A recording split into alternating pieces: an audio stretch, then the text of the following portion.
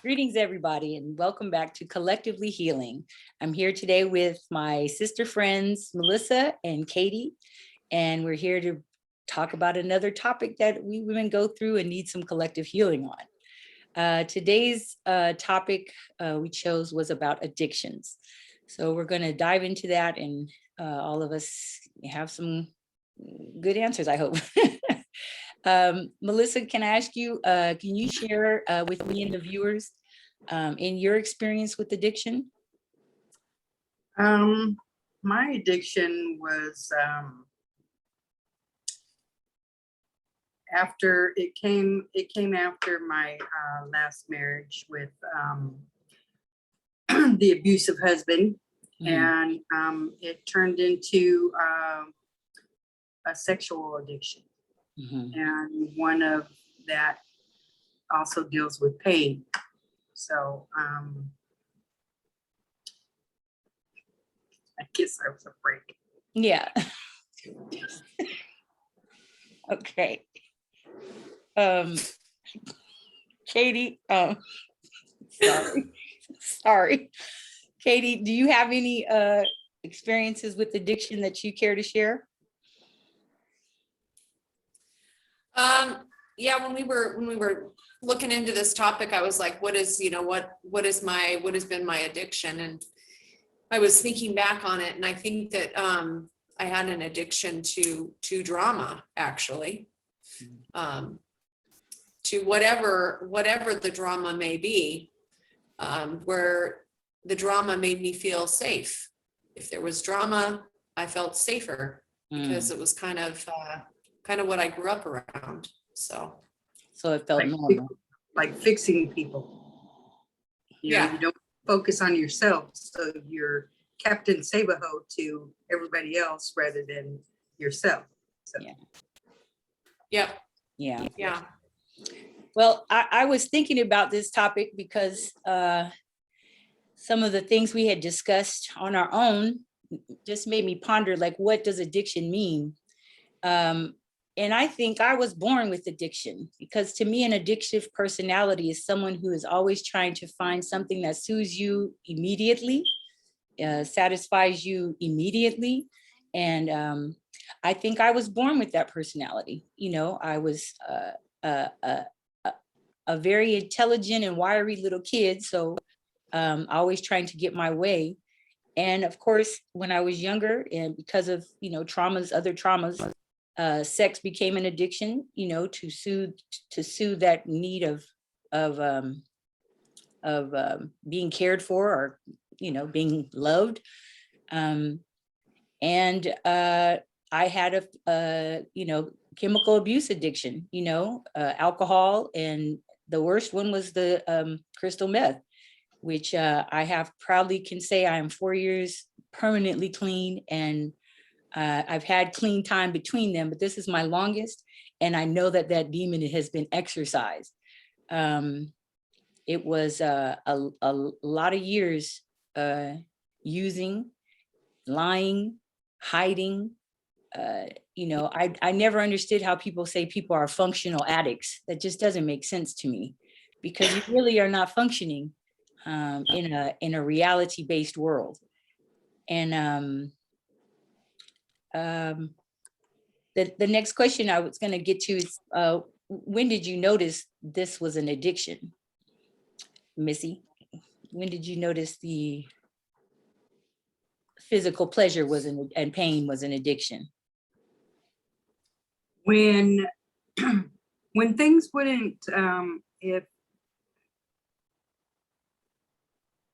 I guess, like, when I feel like I would screw up, mess something up, or something didn't go my way, or didn't happen the way that I wanted it to, or thought it should, or whatever, I would go and seek out, some type of sexual punishment. So, and alcohol was another addiction. And I totally agree with you that I think some of us are born with it. My father was a heroin addict, so I've got some of his traits, of course, you know. And so I do think that we were born with it. But I always, you know, I always said I didn't want to be like him, and I ended up being like him, you know, and not facing my own things and and dealing with them until later on in life. So the sex and alcohol were it. How about you, Katie? When did you notice that drama was an addiction? Not until recently. Hmm. Actually, I wasn't even, I wasn't cognizant enough to realize that it was an addiction of mine. Right. Right. But now looking back on it, I can kind of see, you know, where the correlation is and where it stemmed from. But it wasn't until very recently that I was like, that's what that is. So I think that I think the first time I tried to get clean off of meth, maybe about 10 years ago, and I finally realized it was an addiction.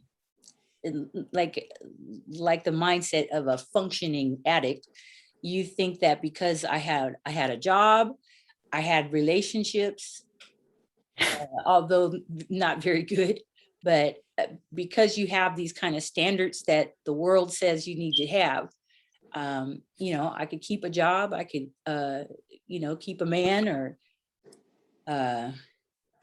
you know, but so much lying. I look back on how much time I spent just lying about what I was doing and who I was, and it kind of like messed with my identity. You know, like, am I this person without the drugs? You know, and I couldn't figure that out. It really played with my spirit. So I tried to get clean, but you know, relapsed, and that's part of the process too, is that you might relapse. The thing is like, let it be shorter and shorter times between getting back on that track of, you know, staying clean. So I think one of the ways that addiction impacted my life was failed relationships, being, you know, not being honest with who I was, what I was struggling with people. And yeah, failed relationships. You know, by the grace of the universe and God and all that's, you know, holy, I'm healthy. But my relations suffered tremendously. And I can look back and see how I impacted my failed marriage, my relationship with my family, my relationship with friends. You know, I was not a trustworthy person. You know, I was not. So rebuilding all of that has taken some time, but I see how it has impacted me. I don't have the circle of friends like I probably should at 50. And I don't regret those things, because I needed to learn, obviously, you know, with all of the spiritual lessons I've learned. But it definitely has impacted me, you know, relationship wise. So Missy, what did you notice, or what kind of impact do you think addiction has had on your life?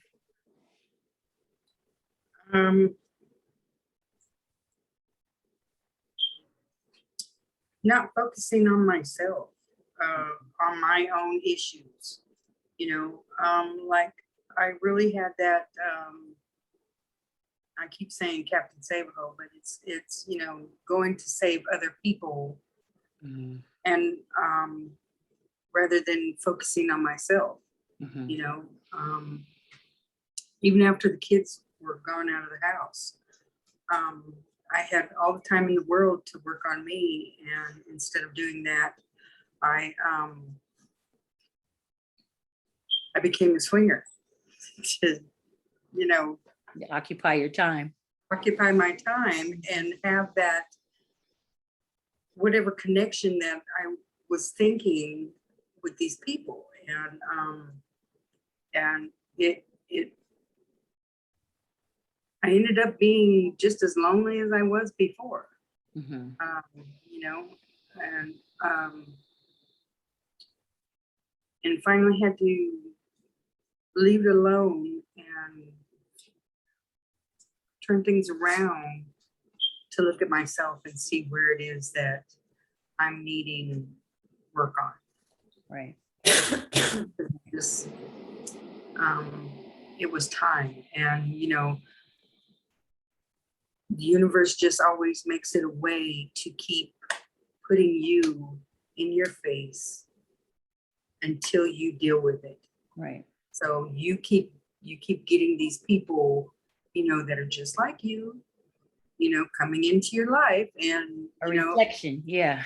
yeah, Yeah. big mirror. So and if you don't see that, you know, relationships weren't working because they're not giving me what I'm thinking that I need, and it's not that I need anything. I needed to love myself. Mhm. You know, I needed to know that I was worth being here. I was worth the love of someone else, the love of myself, and to put myself first and to heal myself and be my own Captain Save-A-Ho. So, you know, Right. Right. and get that hoe out of that. Yeah. Stuff. Right. Get the whole part out. Hey, I mean, I'm just being real, you know. I know it's not really funny. It's funny, but it's not funny, you know. Mhm. And so I can say that today I am. It's been over a year and a half since I've had sex, so I've been able to recognize the people who try to come in and try to talk to me. Be like, nope, it's no.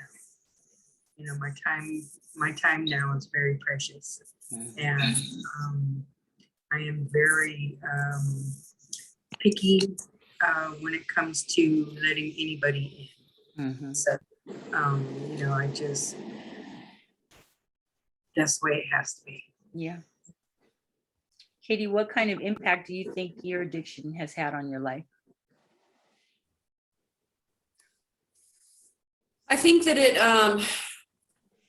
well, because of not being aware of what my choices were that I was making, I was kind of going in these repetitive cycles of finding drama and trying to fix it. Mhm. And, you know, exactly like what Melissa said, I was not really focusing on myself or fixing myself or healing myself. I was trying to go outside and help, you know, whoever my partner might be at the time, to heal them and to fix them, to make things work.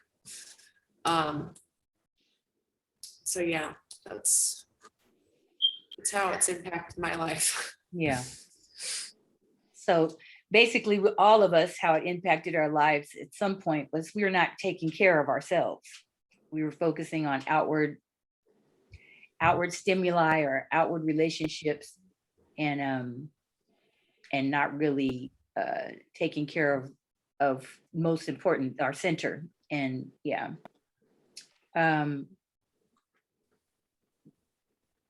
Have you been able to work through your addiction that you see it as, Katie? Have you been able to work through that at this stage?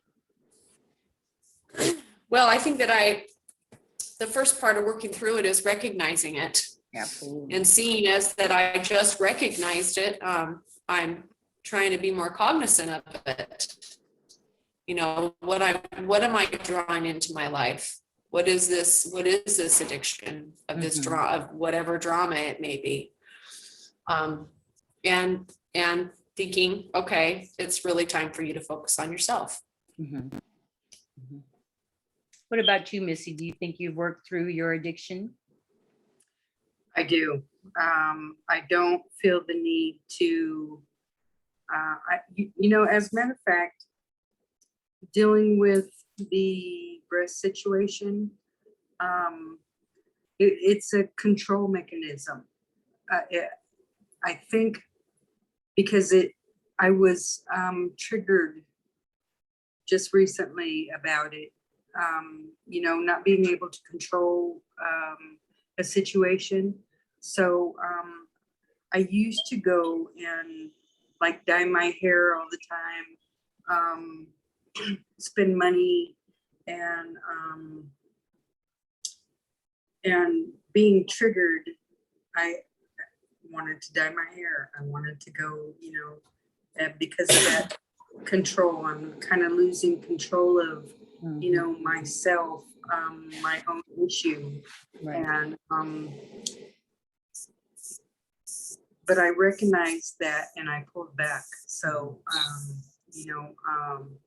I'm still gonna dye my hair because I think it's pretty cool. But I think really that part was to kind of make me feel better. Yeah. I'm losing something, so I have to feel better about myself. Mhm. And so, now it's a positive thing. Instead of going and seeking the. Instead of going and seeking, it's somewhere else. Mhm. It's So within you. It's something right. for just you. Yeah, and that doesn't include anyone else. Yeah.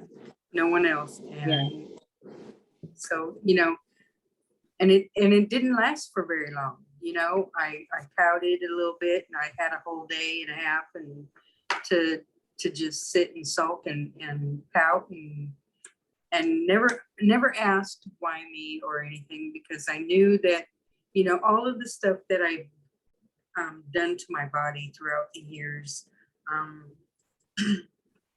has probably been a big part of it, why it's happening. So I understand that things just happen. Yeah. No matter how much you pray, it's not going to go away. It's there. And, yes, miracles do happen at times, but it's not going to happen here. So, reality is just to face it and deal with it. Right. So, yeah, I feel pretty good, because any other time I would have picked up the phone and called and said, hey, look, I need you to come over and I need some attention. I need some attention. Yeah. And, I find the same thing, although I'm 4 years clean and feel like I don't even think about going to drugs, that every once in a while something, and it can be the most mundane thing, like being bored, which is a shame, but being bored will trigger me to think about going to visit someone I hadn't seen in a while as a friend, even though I know these people's lifestyles, and I don't, but it makes me come home and question myself. Okay, are you okay? Where's your mind at? And I know I have worked through this addiction, but I still find myself getting a little depressed sometimes and wishing I could go out and do more things, even though I know for my own safety and my own peace of mind, I have to leave certain folks and certain places and certain things alone, so which I didn't think I could do. I was a very active, outgoing, tons of friends kind of person. And even though they weren't really probably the best of friends, this is just a lifestyle kind of thing that I've had to work through. And I can't tell you how grateful I am that it has happened, that I'm over that addiction and can see the importance of my relationships now, and take time and pay attention to them and cultivate them, like I should have been doing. But I think I've worked through it. I'm able to check myself when I get bored or when I get angry, and all the things that used to trigger me when I get lazy or tired and have things to do, all the things that used to trigger me to just one thing, that will keep me from, going to use. So, what tools and modalities have helped you, Miss Melissa, deal with your addiction? What things have you done that have helped you? Um, Say again. Abstinence. Abstinence. Mhm. And with the drinking, I try not to drink at home. I will go and buy it and it just sits here because I don't want to drink it alone at home. Mhm. Because then there's the depression, there's the Mhm. anger, there's, the loneliness, and All that it'll make it worse. And I just don't even bother to go there. Every Yeah. once in a while, I may have a drink. I'm a social drinker. I'd rather be with friends, Mhm. or family, and drink and have a good time, and not be alone Mhm. to go inside my head. Yeah. So just abstinence with sex, abstinence with, with drinking alone. Solo And drink. What about you, Katie? What tools or modalities have helped you, or do you think will help you in dealing with, drama seeking? I think taking time to myself, taking time to do things that I'm passionate about instead of focusing on other dramas outside of myself, Mhm. is helpful. Yeah. So I'm gonna continue to try to do more of that instead of going the other direction. Right. I think the biggest thing that helped me was getting back in touch with nature and kind of a simpler life. I took some time from working a regular job and kind of bartered and did work for myself.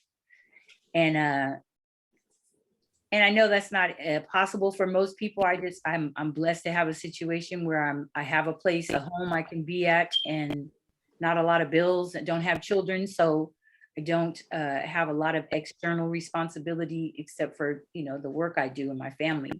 But getting back in touch with nature and spending time by myself and reconnecting with who I really am, who's this woman, this identity that was so murky and confused while I was using. Who am I now? And another thing that helped in the beginning was going to a program. Was going to it was an outpatient program. I voluntarily went. Everyone else in there was either court ordered or police ordered or something like that. And I can't tell you how much that helped me talking to other women who were addicts and who found it hard to deal with real life without using, and being a sounding board and a comfort. I think I was probably the oldest person there at the time. So that kind of put me in a position to be a little more mature. And I was there purposefully. I wanted to be there. But I learned so much, so many different tools on how to identify my triggers, how to go to a meeting if I needed to, go to an AA or NA meeting and reach out to someone sober, which I didn't have very many sober friends at the time. So I had to make some and just tell people the truth. Like, I feel like using today because I'm angry, or because somebody made me upset, or I'm feeling depressed and I just want, and just being able to speak my truth without feeling judged and becoming accountable for it has been a blessing for me. I think a lot of people who are in addictions have a really are concerned with how people look at them and think of them, and they hide it a lot. or they don't discuss it. They know it's going on, but they don't discuss it with anyone. And for me to have released that concern of judgment, because this has been part of my journey, is that I had to walk through this and clean it up and clean myself up. To me, that's how I look at it now, that it's a little, I have a little time clean now behind me. So I feel good about that. Yeah, work in a program for a little time and having people who you can be sober, people who you can be accountable to as friends, and reaching out to them, not being scared, as soon as you feel it, just do it. Just do something to break that train of thought and make it through, like they say, the next minute, the next hour, the next day. So sometimes it takes just that, to just think like, okay, for the next hour, I'm just not going to think about it. I'm going to go take a walk for an hour. So out in nature. So, Katie, what knowledge do you think you've gained or are gaining as you're working through this addiction?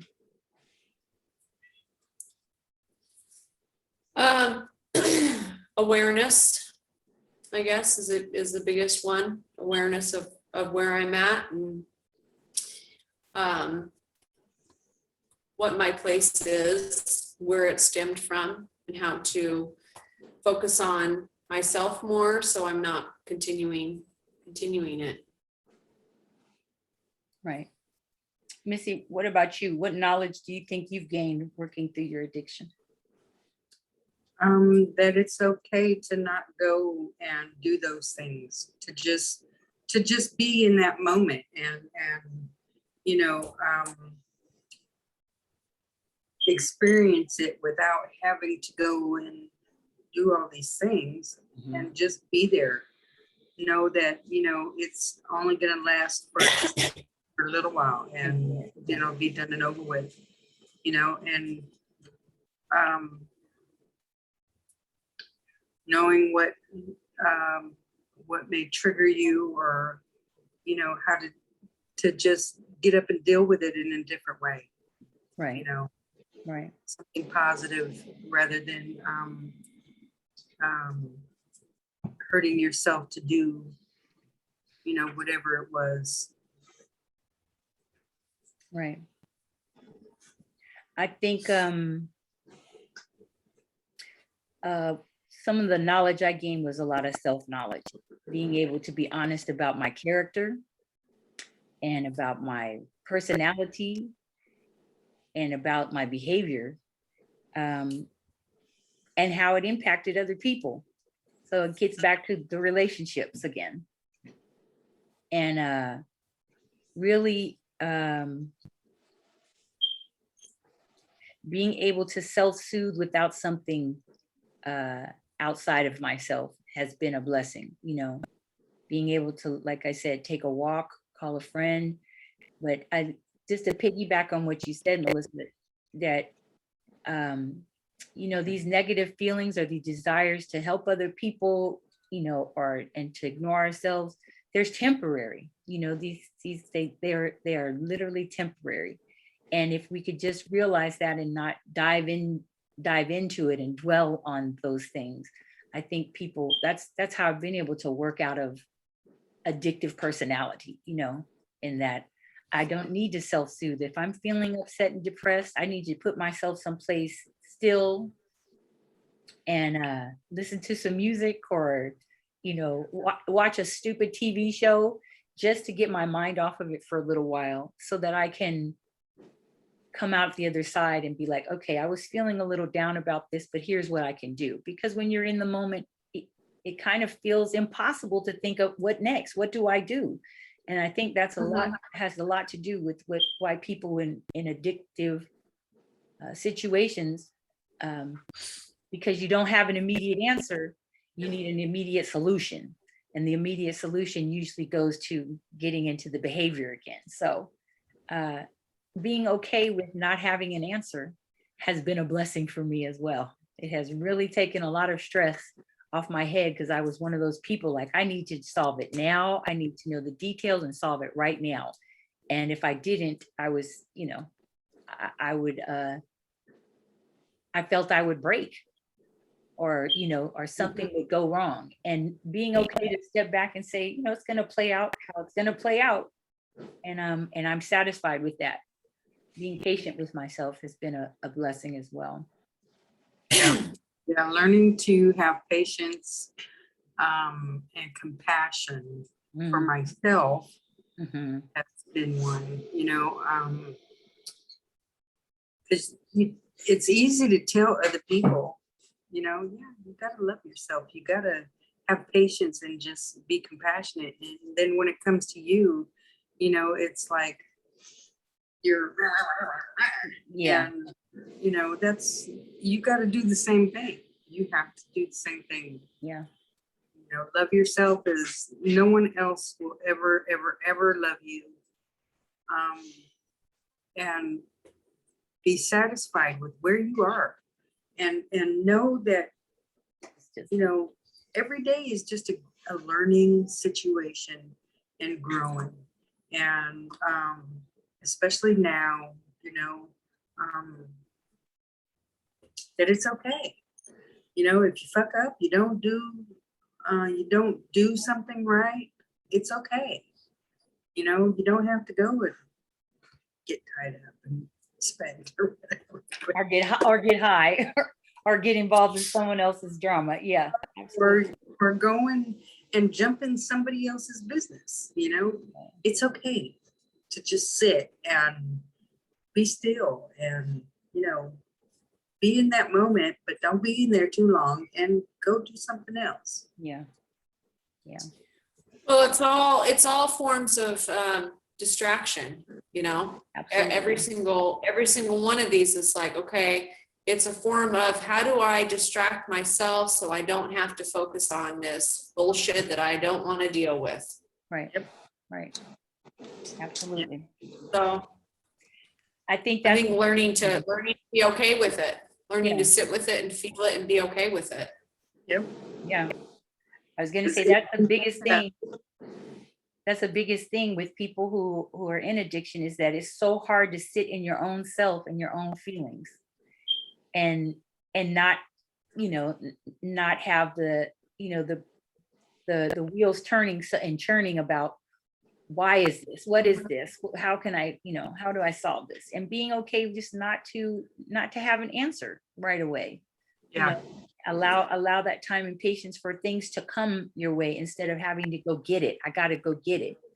Yeah.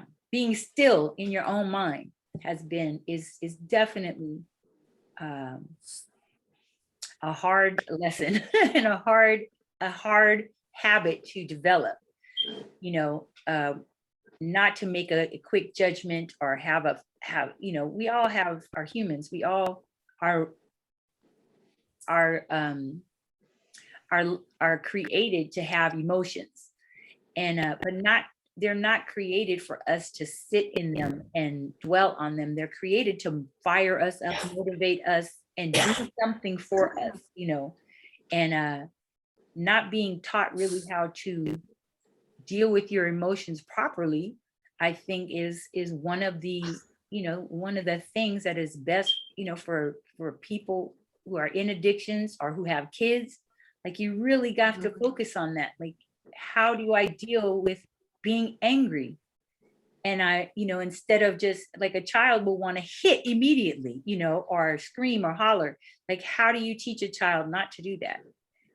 But teach them how to talk it out and move past it and not hold on to it, So it's the same thing for me. In a way, I feel like I'm childlike again, because I'm having to relearn how to keep good relations with people, how to be considerate of other people, how to have compassion when they're having something going on. Even if I do, just let that lie and be present, for them. And I'm glad it's finally happened. I feel so much lighter. Like, I was carrying my own stuff, and it was preventing me from being able to be present and be there for other people. I think that was a lot of it, is not being present, because I was so self-involved. And I'm glad to have let all of that go. Well, ladies, I don't have any more specific questions, but I'm curious if you would like to speak any further and talk about anything regarding addictions or anything else. We have some more time. Bueller? Well, Bueller? No? Okay. but one thing I would like to say is that I want to send positive healing energy to Melissa and be strong for her. Absolutely. Because we love you, and I know that you're gonna pull through this, and we're here to support you. And if you need anything, I want you to reach out. Thank you. Absolutely. I appreciate it. And, you know, I know that at first I felt alone, but I know that that's and not true. I have beautiful friends and family. Now now see this. Now you know people are not going to know what we're talking about. So I don't know if that's what if you want to share that now, or if you'd like to We'll go ahead. another time we have a discussion about that. Since it's I guess might as well do it now, I guess. Maybe. have- Got a little time, so be aware. I'm gonna be losing my breast, so it was a shocker at first, but you know, I've come to grips with it. I understand, you know, why, and it's actually my choice to do so because I don't want to have to deal with the pain. I have tumors and cysts all in my breasts, and there's just so many that they can't even biopsy them all, and the other has very large mass in it, and regardless of whether it's cancerous or not, I've chosen to go ahead and have them removed so that way nothing else happens. So if you guys have any questions, you know, feel free to ask and I can try and answer. Just send good vibes too. That's what it is. I think that's one of the biggest benefits that I have seen personally, and what I can see that it might help others, is just being able to have a collective of sister friends or friends. Doesn't have to just be women, but that's what we are right now. Who you can share with, and people there for you to, you know, to console you, to support you, to check you, to, you know, to give you any energy or any information that they may have. You know, the more people you know, the more information you can get, you know, that can be a benefit. So I just send all the love and vibes to you. You know, you mean the world to me, your family. And you know I'm gonna be there. So we're gonna be there. I appreciate I love you guys very much for being here for me. Words just so Say again. I said I don't have enough words to say, you know, how much I appreciate you. I feel it. I feel it always. I feel it from both of you, you know, and that's a blessing to have a relationship with people who, even though you're not together, you still feel them in your heart and in your mind. And you know, that's what collectively healing to me has been. So I hope it's a continued benefit for us and for everyone else who's, you know, who watches or participates. I really do. So this has been our time on Collectively Healing. We so appreciate you guys for just listening, and we hope that you can comment and participate. If you would like, please leave us some information, and I hope you all have a blessed day. Looking forward to our next video. Thank you.